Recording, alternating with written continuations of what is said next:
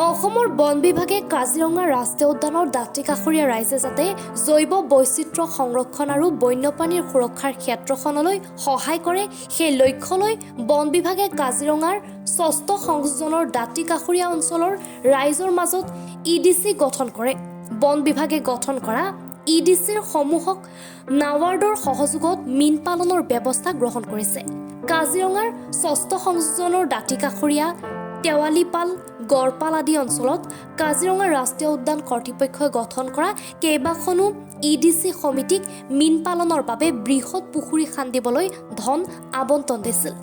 বন বিভাগে আগবঢ়োৱা ধনেৰে পুখুৰী খান্দি সমবায় ভিত্তিত অঞ্চলটোৰ বহু পৰিয়ালে জীৱন জীৱিকাৰ পথ উলিয়াবলৈ সক্ষম হৈছে। বন বিভাগৰ এনে কাৰ্যত সন্তুষ্টি প্ৰকাশ কৰিছে অঞ্চলটোৰ ৰাইজে। নাৱাৰ্ডৰ আৰ্থিক সাহায্য আৰু ফৰেষ্ট ডিপাৰ্টমেণ্টৰ পৰিচালনাত আমাৰ তেওৱালিপাল EDCৰ আণ্ডাৰত এইবিলাক পুখুৰী খন্দা হৈছে। এই তেওৱালিপাল EDCৰ আণ্ডাৰত 10টা পুখুৰী খন্দা হৈছে। তাৰ ভিতৰত 5 নম্বৰ বুলি কোৱা হয় আমাৰ পুখুৰীটোৰ নাম। ইয়াত আমি 6জনে সমবায় কৰিছোঁ। এই সমবায়ত আমি আজি 3 বছৰ ধৰি ভালেই ইনকাম পাই আছোঁ। ইয়াত বিভিন্ন ধৰণৰ মাছ এৰা হয়। আমাৰ লোকেল মাছো কিছুমান আছে, যেনেকৈ শ'ল, পুঠি মাছ আৰু মোৱা মাছ। এই 3বিধৰ বাহিৰে আমি চালানী মাছেই এৰিছোঁ। ইয়াৰ পৰা আমি ভালেখিনি ইনকাম পাইছোঁ।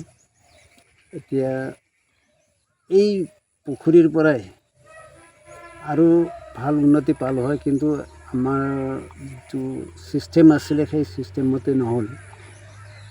EDC কমিটিক দিয়া হৈছে, কিন্তু পুখুৰীটো নখন্দাৰ কাৰণে খুব সোনকালে পানীটো শুকাই যায়। যিমান দ হ'ব লাগিছিল তিমান দ হোৱা নাই। আৰু সেইকাৰণে আমি ইমান লাভান্বিত হ'ব পৰা EDC কমিটিয়ে যিখিনি মানে নিব নোৱাৰা, মানে যাৰ চাকৰি বা কৰ্ম হেৰি নাই, হয়, তেওঁলোকক এই মানে জীৱিকা নিৰ্বাহৰ বাবে এই পুখুৰী হয়। এই কাজিৰঙা নেশ্যনেল পাৰ্কৰ ওচৰত থকাৰ কাৰণে আমাৰ 6ষ্ঠ সংযোজনৰ দাঁতি কাষৰীয়া মুঠতে 1 কিলোমিটাৰ এৰিয়াৰ ভিতৰত যিমানখিনি আছে, তেওঁলোকৰ আৰ্থ-সামাজিক দিশ উন্নতি কৰিবৰ কাৰণে ফৰেষ্ট ডিপাৰ্টমেণ্টে নাৱাৰ্ডৰ সহযোগত এইবিলাক পুখুৰী দিছে।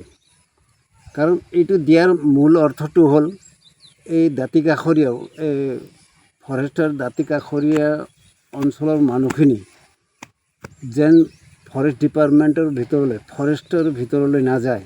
কাৰণ আগত এইসকল ব্যক্তিয়ে খৰি কাটিছিলে, খৰি কাটি বিক্ৰী কৰিছিলে, মাছ মাৰিছিলে, খেৰ, বিভিন্ন ধৰণৰ বগৰী তোলা, এইবিলাক কাম কৰিছিলে তেওঁলোকে। এতিয়া সেইবিলাক কাম বন্ধ হৈছে।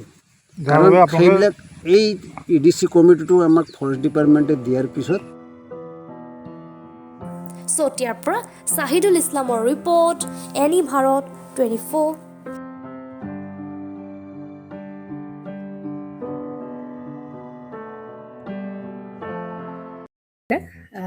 জুবিন গাৰ্গৰ গীতসমূহৰ ওপৰত আধাৰিত গানে কি আনে নামৰ এটা সুন্দৰ অনুষ্ঠান আপোনালোকৰ ওচৰলৈ আহি আছে অতি শীঘ্ৰে।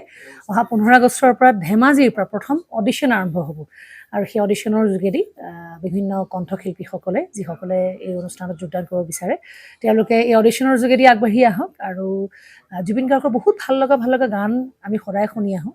আৰু আপোনালোকৰ যদি ভাল লগা গান থাকে, জুবিন গাৰ্গৰ আপোনালোকে গাই ভাল পায়, তেন্তে অডিশ্যনত যোগদান কৰক। মোৰ ফালৰ পৰা আন্তৰিক শুভকামনা থাকিল এই সম্পূৰ্ণ অনুষ্ঠানটোলৈ। ধন্যবাদ।